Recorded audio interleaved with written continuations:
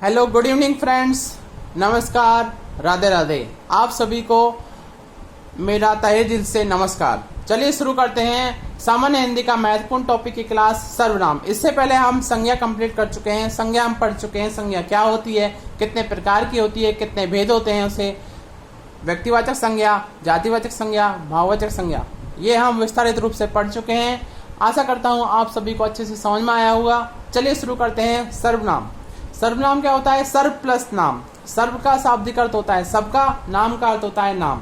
सर्व plus नाम का शाब्दिक अर्थ क्या हुआ? सबका नाम। यह है सर्वनाम का शाब्दिक अर्थ। परिभाषा की बात करें तो संज्ञा के स्थान पर प्रयुक्त होने वाले शब्दों को सर्वनाम कहते हैं। संज्ञा के स्थान पर प्रयुक्त होने वाले शब्दों को क्या कहते हैं? सर्वनाम कहते हैं। ये परिभाषा आपको एज इट इज याद होनी चाहिए, जब भी आपको समझ में आएगा कि सर्वनाम क्या होता है। परिभाषा हमने याद कर ली, उसके बाद शुरू करते हैं कि सर्वनाम की आवश्यकता क्यों पड़ी। हम पढ़ रहे हैं सर्वनाम, हमें पता ही नहीं है कि सर्वनाम की जरूरत क्यों है, क्या जरूरत है सर्वनाम पढ़ने की, क्यों पढ़े हम सर्वनाम।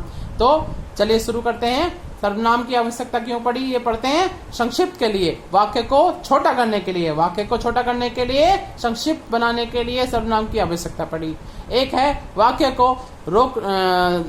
को दोहराने को रोकने के लिए। वाक्य बार बार दोहराना पड़ता है, बार बार एक ही शब्द आता है तो वो अच्छा नहीं लगता, इसलिए वाक्य को दोहराने के रोकने के लिए सर्वनाम की आवश्यकता पड़ी। एक है सुंदरता के लिए, वाक्य को अधिक से अधिक सुंदर बनाने के लिए सर्वनाम की आवश्यकता पड़ी। एक है सरलता के लिए, वाक्य को अधिक से अधिक सरल बनाया जाए जिससे सबको अच्छे से समझ में आ सके, इसलिए सर्वनाम की आवश्यकता पड़ी। आगे बढ़ते हैं। सर्वनाम के 6 प्रकार होते हैं। कौन कौन से प्रकार होते हैं?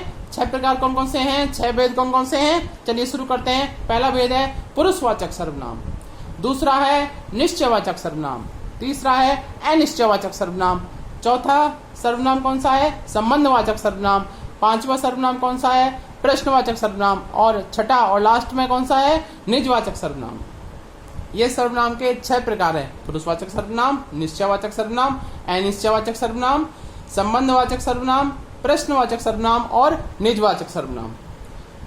आगे पढ़ते हैं। मूल या मौलिक सर्वनाम 11 प्रकार के होते हैं जो आप रोज बोलचाल की भाषा में इस्तेमाल करते हैं। कौन कौन से हैं 11 प्रकार के ये मौलिक सर्वनाम?